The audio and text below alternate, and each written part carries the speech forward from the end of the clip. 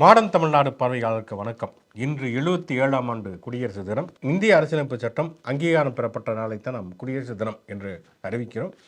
அரசியலமைப்பு சட்டத்தை பொறுத்தவரை பல்வேறு விதமான விமர்சனங்கள், பல்வேறு விதமான போதாமைகள், பல்வேறு விதமான இடைவெளிகள் இருந்த போதும் முடிந்தவரை அது மனித உரிமைகளை பாதுகாப்பதாக, அடித்தட்டு மக்களுடைய உரிமைகளை பாதுகாப்பதாக இருக்க வேண்டும் என்கிற அடிப்படையில் அண்ணல் அம்பேத்கர் மிக கடுமையாக போராடி உருவாக்கப்பட்டிருக்கக்கூடிய ஒரு சட்டம் தான் இந்திய அரசியலமைப்பு சட்டம். அந்த அடிப்படையில் இந்த குடியரசு தினம் கொண்டாடப்படுகிறது.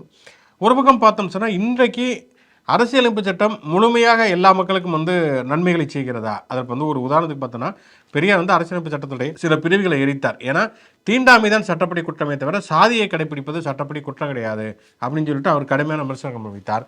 இன்னொன்று பார்த்தோம்னா, இப்போ மாநில சுயாட்சின்னு ஒன்று கேட்குறோம். கூட்டாட்சி தத்துவம் முழுமையாக நடைமுறைப்படுத்தப்படவில்லை, அது அரசியலமைப்பு சட்டத்துடைய குறைபாடு அப்படின்லாம் சொல்கிறோம். இப்படியெல்லாம் விமர்சனங்கள் ஒரு பக்கம் அரசியலமைப்பு சட்டத்தின் மேலே இருந்தாலும் கூட, இன்னொரு பக்கம் அரசியலமைப்பு சட்டத்தில் இருக்கக்கூடிய பல விஷயங்களை இன்றைக்கு இருக்கக்கூடிய ஒன்றிய அரசு, பாஜக அரசு என்பது முழுக்க கேள்விக்குள்ளாகக்கூடிய நேரத்தில் இந்தியாவுடைய பன்மைத்துவத்தை காப்பாற்ற வேண்டும். இந்தியாவில் ஒரு மதச்சார்பின்மை இருக்கிறது, மத நல்லிணக்கம் இருக்கிறது, சகோதரத்துவம் இருக்கிறது என்று சொன்னால் அதையெல்லாம் காப்பாற்ற வேண்டிய ஒரு அவசியம் இருக்கிறது. அப்படிங்கிறனால தான் இன்றைக்கு பலரும் கூட அரசியலமைப்பு சட்டத்தை ஒரு ஆயுதமாக தூக்கி பிடிக்கக்கூடிய ஒரு நிலைமையை பார்க்கிறோம்.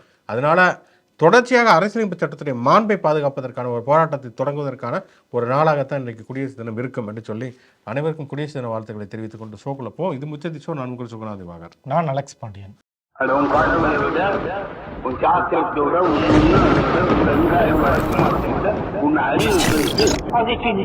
ஓகே, இரண்டு விஷயங்கள் அப்படிங்கிறத இன்றைக்கு பரபரப்பான செய்திகள் அப்படின்னு சொல்லலாம். ஒன்று, நேற்று நடைபெற்ற தமிழக வெற்றி கழகத்துடைய செயற்குழு கூட்டம். விசிலடித்தான் குஞ்சுகள் என்று சொல்லி அவர் ஒரு கூட்டத்தில் விஜயே சொன்னார். முதல் மாநாட்டிலே, மூணாவது மாநாட்டிலே சொன்னார், நம்மளை யாரும் விசிலடிச்சாங்க கொஞ்சம் சொல்லிடக்கூடாது அப்படின்னாரு. ஆனால் காலம் அவர்களை அப்படியே வைத்திருக்கிறது அப்படிங்கிறத நம்ம பார்க்கிறோம். ஆளுக்கு ஒரு விசில் வச்சுட்டு முழுக்க முழுக்க கூட்டத்தில் கைதட்டுறதுக்குள்ள விசில் அடிச்சுக்கிட்டு எனக்கு அந்த அந்த நிகழ்ச்சி டிவியில் பார்த்துக்கிறப்ப குக்கரில் வேறு சாப்பாடு வச்சுருந்தாங்க. குக்கர் விசில் அடிக்குதா, கூட்டத்தில் விசில் அடிக்கிறாங்களா அப்படின்னு தெரியாமல் பார்க்க வேண்டிய ஒரு நிலைமை இருந்தது.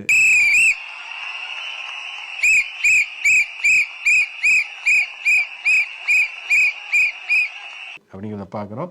அந்த கூட்டத்தில் நாஞ்சி சம்பத்தெல்லாம் பார்க்குறப்ப ரொம்ப ரொம்ப பரிதாபமாக இருந்தது. ஏன்னா அவர் இலக்கியமெல்லாம் தெரிந்து இலக்கிய கூட்டங்கள்லாம் உரையாற்றி விட்டு எதுவுமே தெரியாமல் விசாரிச்சா கொஞ்சம் இருக்கக்கூடிய கூட்டத்தில் அவர் பாட்டுக்கு ஒரு பக்கம் பேசிக்கொண்டு இருந்தார் அப்படிங்கிறத பார்க்குறோம். கூட்டத்தில் ஆணவத்துடைய உச்சமாக ஆதவர்ஜனுடைய உரை இருந்தது அப்படின்னு சொல்லலாம். கிட்டத்தட்ட எல்லா கூட்டங்களையுமே ஆதவர்ஜனா அரையுறை தகவல்களை உணர்வது, ஆணவத்தின் உச்சத்தில் மிதப்பில் பேசுவது அப்படிங்கிறத ஒரு வழக்கமாக வைத்திருக்கிறார். இது வரைக்கும் பார்த்தீங்கன்னா திமுகவை தான் அப்படி சீண்டி கொண்டு வந்தவர். இப்போ பார்த்தோன்னா அவருக்கு வாழ்க்கை கொடுத்த ஆதவர்ஜனாங்கிற ஒரு மனுஷன் இருக்காருங்கிறத அடையாளம் கொடுத்தா விடுதலை சிறுத்தைகள் கட்சி, விடுதலை சிறுத்தைகள் கட்சியுடைய அமைப்பாளர் திரு மரியாதைக்குரிய தொல்காப்பியன் திருமாவளவன் அவர்களை பற்றியும் அவதூறு பரப்பக்கூடிய விதத்தில் அதில் பேசுகிறார் அப்படிங்கிறதா வன்மையாக கண்டிக்கத்தக்க ஒன்று. இதே தொல்காப்பியன் திருமாவளவன்ட்டு எப்படி கெஞ்சிக்கிட்டு இருந்தாங்க விஜயும் ஆதவர்ஜனா அப்படிங்கிறது தெரியும். குறிப்பாக அந்த அம்பேத்கர் பற்றிய புத்தகம் வெளியிட்டுள்ளாப்புல திருமாவளவன் எங்களுடைய கூட்டணிக்கு வரணும்னு சொல்லி மாறி மாறி கெஞ்சி கொண்டிருந்தார்கள். அப்படி அதாவது உண்ட வீட்டுக்கு இரண்டகம் பார்ப்பதை போல விடுதலை சிறுத்தைகள் கட்சியில் அதற்கு எதிராக செயல்பட்டதுனால் அந்த கட்சியை விட்டு விலக்கப்பட்ட ஒரு ஆதவர்ஜனா அவர் என்ன சொன்னார் மேடையில்னா, திருமாவளவனை சுற்றி ஒரு 20 பேர் தான் இருக்காங்க அப்படிங்கிறார். விசிகாவுடைய மாநாடுகளை பார்த்தோம் என்றால், அல்லது தொல் திருமாவளவன் உரையாற்றக்கூடிய கூட்டங்களை பார்த்தோன்னா எவ்வளோ பேர் எழுச்சியோடு வருகிறார்கள் என்பதை பார்க்கிறோம். அதாவது பொதுவாக இந்த கட்சி மாறுவதுங்கிறது இயல்பான ஒரு விஷயந்தான். இப்போ தேர்தல் இருக்கிறப்ப பலருமே பல்வேறு விதமான கட்சிகளுக்கு போகிறார்கள். இப்போ வைத்தியலிங்க திமுகவுக்கு வருகிறார், அல்லது செங்கோட்டையன் தாவேக்காவுக்கு போகிறார். அப்படின்னா ஒரு செங்கோட்டையன் வர்றாருன்னா அவர் கூட ஒரு 50 பேர் 100 பேரை கூட்டிகிட்டு வருவார். அல்லது வைத்தியலிங்கம் திமுக வரனா அவர் ஒரு 20 பேர் 30 பேரை கூட்டிட்டு வருவார். இதுதான் ஒரு வழக்கம். ஆதவர்ஜனா மட்டும்தான் இந்திய அரசியல்வாதிகள்லேயே அவர் கட்சியை விட்டு அடுத்த கட்சிக்கு போனப்போ அவர் கூட யாருமே வரல. அப்படி அவருக்கு ஆதரவாளர்னு யாரும் கிடையாது, அவரை நம்புறதுக்கும் யாரும் இல்லை. எந்த விதமான மக்கள் செல்வாக்கோ ஒரு அமைப்பு பணமும் இல்லாமல் ஒத்தையாளாக போயிட்டு போனவர் தான் ஆதவர்ஜனா. அவர் திருமாவளவனை பார்த்து ஒரு 20 பேர் தான் இருக்கிறார் என்று சொல்லி விமர்சிக்கிறார்னு சொன்னால் எவ்வளோ பெரிய ஆணவம் இருக்க வேண்டும். அவர் சொன்னார் திமுகவுடைய அடியாளாக மாறிவிட்டார் என்றெல்லாம் மிக கடுமையான வார்த்தைகளை வைத்திருக்கிறார். அதனால் விடுதலை சிறுத்தைகள் அமைப்பு அதற்கான கடுமையான எதிர்வினைகளை வந்து சமூக வலைத்தளங்களில் செலுத்த ஆரம்பிக்கும். இப்போ வழக்கம் போல் மன்னிப்பு கேட்டிருக்கிறா. அப்படி ஏற்கனவே இப்படி தான் வந்து நேபாளத்தில் நடந்த மாதிரி புரட்சி நடக்கும் அப்படின்னு சொல்லிட்டு ஒரு ட்வீட்டை போட்டு விட்டுட்டு அது கடுமையான கண்டனங்களை தெரிவிக்கவும் நைட்டாக வந்து அதை வந்து டெலீட் பண்ணி விட்டு ஆதரவுச்சுன்னா இப்போ விடுதலை சிறுத்தைகளை வந்து கடும் கண்டனம் வரவுமே அதை வந்து டெலீட் பண்ணியிருக்கார் அப்படிங்கிறத பார்க்குறோம். அடுத்து வந்து விஜய் வந்து இந்த ஜனநாயகன் அந்த சிபிஐ விசாரணை தனக்கு கொடுக்கப்படக்கூடிய நெருக்கடி அதை பற்றி ஒன்றுமே பேசாமல் எனக்கு அழுத்தம் இருக்குது அப்படின்னு சொல்கிறாங்க. அழுத்தம் கொடுத்து அடங்கக்கூடிய மூஞ்சியாயிரு அப்படிங்கிறாரு. உடனே டக்குன்னு வந்து அம்மா அவர்களுக்கு வந்து மன்னிக்க வேண்டும், தலைவா படத்து ரிலீஸுக்கு வந்து அனுமதி தர வேண்டும். அவர் அந்த ஹஸ்கி வாய்ஸில் பேசுனது தான் நம்முடைய எல்லா நினைவுகளுக்குமே வருகிறது. இந்த மூஞ்சியாயா அந்த மூஞ்சியில் அது வேறு ஏதாவது மூஞ்சியா அப்படிங்கிற கேள்வி வந்து முன்வைக்க வேண்டிய ஒரு அவசியம் இருக்கிறது. இதில் என்னென்னா வந்து தடவையை வந்து ஏடிஎம்கே அவர் விமர்சிச்சிருக்காரு அப்படிங்கிற மாதிரி தான் நேற்று நடந்த கூட்டத்திலே வந்து ஒரு ஸ்பெஷல் அப்படின்னு சொல்லலாம். வழக்கம் போல் பாஜக எந்த விதமான விமர்சனங்களுமே வைக்கல.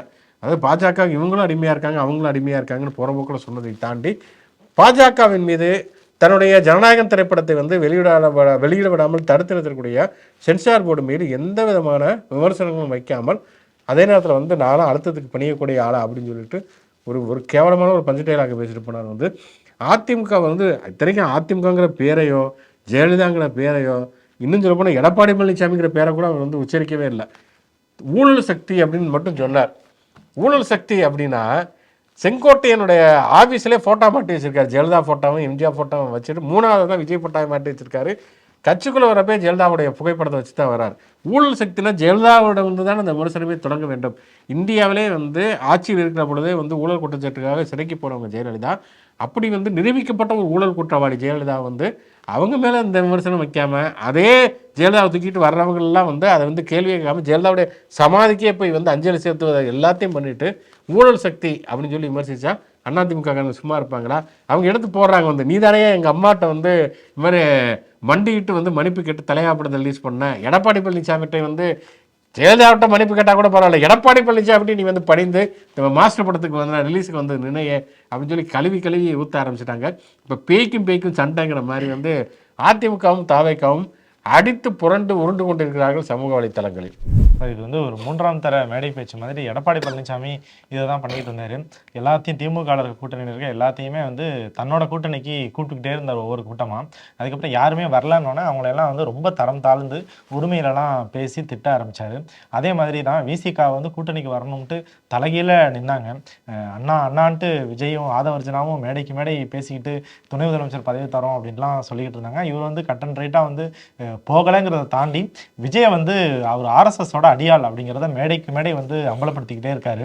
அதில் கோபமாகி பாசம் பொழிஞ்சவங்க வந்து இப்போ வந்து திட்ட ஆரம்பிச்சிட்டாங்க. அதிமுகவும் அதே தான். அதிமுக எடப்பாடி பழனிசாமிக்கு ஒரு துணை முதலமைச்சர் பொறுப்பு அப்படின்ட்டு விஜய் வந்து ரிசர்வ் பண்ணி வச்சிருந்தாரு.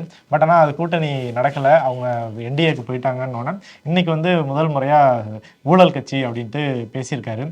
ஊழல் கட்சி ஊழல் சக்தி அப்படின்னோடனே அது நம்ம தான் அப்படின்ட்டு இமீடியட்டாக அதை அதிமுக புரிஞ்சுக்கிட்டு ரியாக்ட் பண்ணது தான் இதில் வந்து ஸ்பெஷலான விஷயம். அந்த அதிமுகவில் ஒரு ஊழல் கட்சின்னு சொல்கிறாரு. எம்ஜிஆர்லேருந்து ஜெயலலிதா எடப்பாடி வரைக்கும் அந்த அதிமுக ஆட்சி பொறுப்பில் இருந்ததில் அதிக முறை எம்எல்ஏவாக இருந்தவர் நீங்கள் செங்கோட்டையன் தான். கிட்டத்தட்ட 7-8 முறைக்கு மேலே எம்எல்ஏவாக இருந்து பல பொறுப்புகள்லாம் பல அமைச்சரவை துறைகளில் வந்து அமைச்சர் பொறுப்பு இருந்தார். அப்போ அவருக்கும் ஊழலுக்கும் பிஜேபி வாஷிங் மிஷின் மாதிரி தாவேக்காவும் கொஞ்சம் கொஞ்சமாக மாறிக்கிட்டே வருது. அப்புறம் நேற்று வந்து ஒரு டேட்டா ஒன்று பார்த்தேன். கடந்த ஒரு 6 மாதத்தில் வந்து விஜய் வந்து இந்த ஏர்போர்ட்டில் வந்து கை காட்டுறது, இந்த மாதிரி செயற்குழு பொதுக்குழுக்கு வர்றது, கரூர் சம்பவத்தில் பாதிக்கப்பட்டவங்கள டெம்போ வச்சு கூட்டு வந்து ஆறுதல் சொன்னார்னு மொத்தமாகவே ஒரு 15 முறை தான் வெளியே வந்திருக்காரு அப்படின்ட்டு. தமிழ்நாட்டில் இருக்க எல்லா அரசியல்வாதிகளுமே வந்து ஒரு நாளைக்கு குறைந்தது 3 நிகழ்ச்சிகளில் கலந்துக்கிட்டாங்க. தேர்தல் நேரங்கிறனால பொழுதுனைக்கும் பொது தளத்தில் தான் மக்களில் சந்திச்சுட்டு இருக்காங்க, ப்ரெஸ்ஸை சந்திக்கிறாங்க. ஆனால் வந்து தேர்தலுக்கு இன்னும் ஒரு 100 நாட்கள் கூட இல்லை அப்படிங்கிற நேரத்துலையுமே வந்து விஜய் 6 மாதத்தில் 10லேருந்து 15 முறை வந்திருக்காரு அப்படின்ற அந்த சொகுசு வாழ்க்கையில் அவர் இன்னும் தொடர்றாரு. ஆனால் நேற்று ஸ்பீச்சில் என்ன சொல்கிறாருனாக்கா, அங்கே இருக்க தொண்டர்களை பார்த்து வந்து நீங்கள்லாம் வந்து தேர்தல் வந்துருச்சு, ஹார்ட் ஒர்க் பண்ணணும், நீங்கள் வந்து உழைக்கணும், உங்களுக்குள்ள சண்டை போட்டுக்கக்கூடாது அப்படின்ட்டு எல்லாரும் கொஞ்ச நேரம் எந்திரிங்க அப்படின்ட்டு நான் உண்மையாக உழைப்பேன் விசுவாசமாக உழைப்பேங்கிறாரு. அப்படின்னா வெளிப்படையாக சொல்கிறாரு, நான் வந்து இப்படி தான் இருப்பேன், ரூமில் ஆஃபீஸில் இருப்பேன், இல்லைனா வீட்டில் இருப்பேன், நீங்கள்லாம் வெயிலில் அலைஞ்சு கிழிஞ்சு திரிஞ்சு ஒன்றையாச்சும் திட்டு வாங்கி ஆன்லைனில் ஒரு சாட்டி துருவங்கள் மாதிரி மிதி வாங்கி ஜெயிச்சு என்னை வந்து இந்த மலையை தூக்கி கையில் வைக்கணும், நான் அதை அப்படியே தூக்கி கொண்டுட்டு போய் வீட்டில் வச்சுப்பேன் அப்படிங்கிற மாதிரியே வந்து நேற்று தொண்டர்களையும் டீல் பண்ணார் அவர். அது சினிமாவெல்லாம் வந்து ஒரு சம்பவம் நடந்ததுக்கு பிறகு சில நாட்களுக்கு பிறகு 3 மாதங்களுக்கு பிறகு ஆஃப்டர் 3 இயர்ஸ்லாம் போடுவாங்க. அது மாதிரி விஜய் கூட்டம் நடக்கிறப்பெல்லாம் கீழே வந்து டிவியில் என்ன போகிறாங்கன்னா 57 நாட்களுக்கு பிறகு விஜய் கலந்து கொண்ட நிகழ்ச்சி, 72 நாட்களுக்கு பிறகு விஜய் வெளியே வந்தார். சினிமா மாதிரியே தான் அவர் வந்து அரசியலை வந்து தொடர்ச்சியாக நடத்துகிறார் அப்படிங்கிறத பார்க்குறோம். இல்லை புஷி ஆனந்தெல்லாம் வந்து என்ன சொல்கிறாருன்னா வந்து அண்ணன் வந்து ஒரு 50,000 ஓட்டு 1,00,000 ஓட்டை வாங்கிடுவார், மிச்சம் இருக்கிற ஓட்டை நம்ம பிடிக்கணும்ல, கேன்வாஸ் பண்ணணும்ல, அதுக்கு நம்ம வந்து உழைக்கணும்ல அப்படின்ட்டு. அதாவது விஜய் மூஞ்சியை பார்த்தோன்னா அப்படி விழுந்துருமா, அவர் 2.25 கோடி ரேஷன் கார்டு இருக்குது, குடும்பத்துக்கு ஒருத்தர் அப்படின்னா 2.25 கோடி ஓட்டு இப்போயே கன்ஃபார்ம் அப்படின்னு சொல்லிட்டு எல்லாமே வந்து கற்பனை உலகத்துலேயே மறந்துக்கிட்டு இருக்காங்க. செங்கோட்டை நாஜிக் சம்பத்துக்குலாம் அரசியல் என்னென்னு தெரியும். இப்போ கூப்பா கிருஷ்ணன் வேறு போய் சேர்ந்துருக்கா. அப்படி வந்து அவரெல்லாம் கூப்பா கிருஷ்ணன்லாம் ஏடிஎம்கேல வந்து வெளியில் வந்து அவர் வந்து நான் தமிழர் பூமின்னு ஒரு கட்சியை ஆரம்பித்து திமுகவோட கூட்டணி வச்சு அதுக்கப்புறம் தேமுதிகவுக்கு போய் தேமுதிகவோட துணை பொதுச் செயலாளராக இருந்து அதுக்கப்புறம் என்ன பண்ணிட்டாருன்னா வந்து என்ன இருந்தாலும் நான் வந்து அதிமுகவோட விசுவாசி, தேமுதிக வந்து விஜயகாந்த் ஒழுங்காகவே கட்சி நடத்தலை அப்படின்னு சொல்லிட்டு திருப்பி அதிமுகவுக்கு போனவர் இப்போ மறுபடியும் தாவேக்காவுக்கு வந்திருக்கிறார்.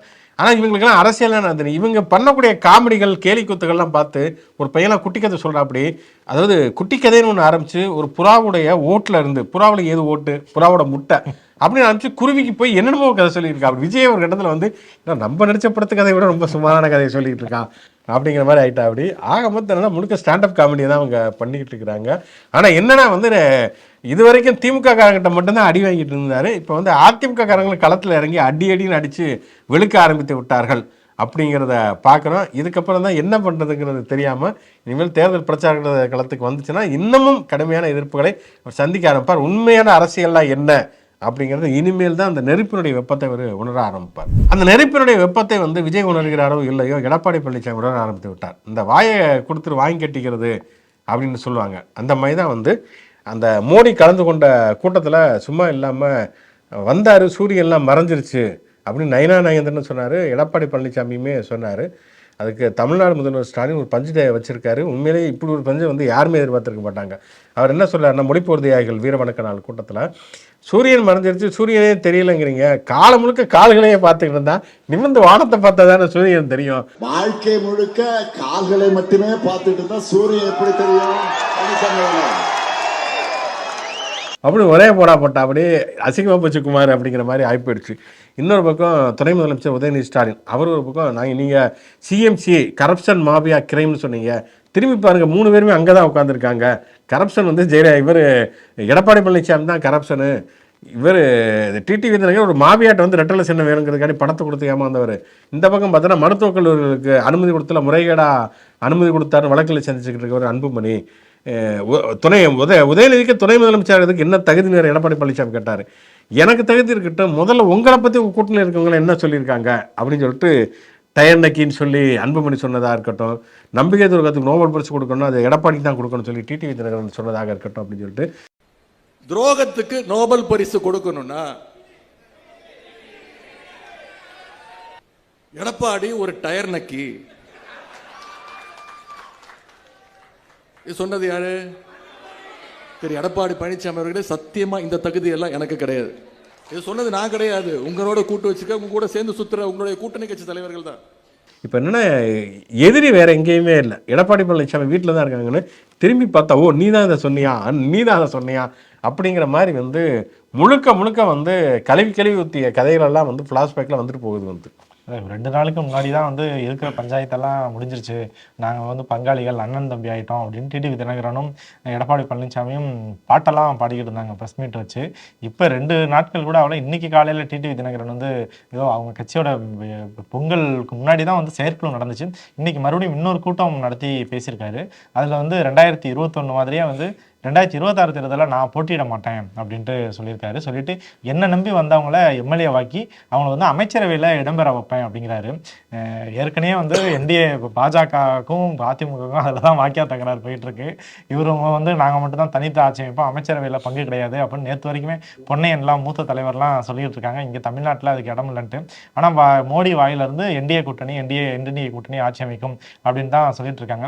இதில் வந்து டிடிவி தினகரன்லாம் நடுவில் வந்து துண்டை போட்டு டிடிவி அவர் கட்சியில இருந்து அமைச்சர்கள்லாம் இடம்பெறுவாங்க அப்படிங்கிறாரு. இதுக்கு என்ன ரியாக்ஷன் எடப்பாடி கொடுப்பாருன்ட்டு காத்திருந்து பார்க்கலாம். ஓகே, கடைசியாக விளையாட்டு செய்தியை சொல்லலான்னு பார்த்தோன்னா நிகழ்ச்சி முழுக்க விளையாட்டு செய்திகளை சொல்ல வேண்டியதாக போயிருச்சு. ஒரு வழியாக தமிழ்நாடு அரசினுடைய தேர்தல் களம் செட் ஆயிடுச்சுன்னு சொல்லலாம். இப்போ ரெண்டு பேருடைய முடிவுகள் மட்டும் தான் தெரியணும். ஒன்று தேமுதிக பிரேமலதா எந்த பக்கம் போவார், அதே மாதிரி டாக்டர் ராமதாஸ் எந்த பக்கம் போவார் அப்படிங்கிறத தாண்டி கிட்டத்தட்ட வந்து திமுக கூட்டணி, அதிமுக கூட்டணி, நாம் தமிழர் கட்சி, தாவேகா இந்த 4 முனை போட்டி என்பது உறுதியாகிவிட்ட சூழலில் நாள்தோறும் அரசியல் களம்ங்கிறது காரசாரமாக சூடுபிடித்து கொண்டிருக்கிறது. அது குறித்து நாம் தொடர்ச்சியாக பேசுவோம். தொடர்ந்து இது போன்ற பல்வேறு விதமான செய்திகளை உரையாடுவதற்கும் விவாதிப்பதற்கும் மாடர்ன் தமிழ்நாடு யூடியூப் சேனலோடு தொடர்பிடுங்கள். முச்சந்தி ஷோவை லைக் பண்ணுங்கள், கமெண்ட் பண்ணுங்கள். மாடர்ன் தமிழ்நாடு சேனலுக்கு சப்ஸ்கிரைப் பண்ணுங்கள். யூடியூப் மாதிரியே மற்ற சமூக இணையதளங்களையும் நமக்கான பேஜஸ் இருக்குது, அங்கேயும் லைக் பண்ணி ஷேர் பண்ணி உங்களோட ஆதரவை தொடர்ந்து கொடுங்க. மீண்டும் ஒரு நிகழ்ச்சி சந்திப்போம். நன்றி.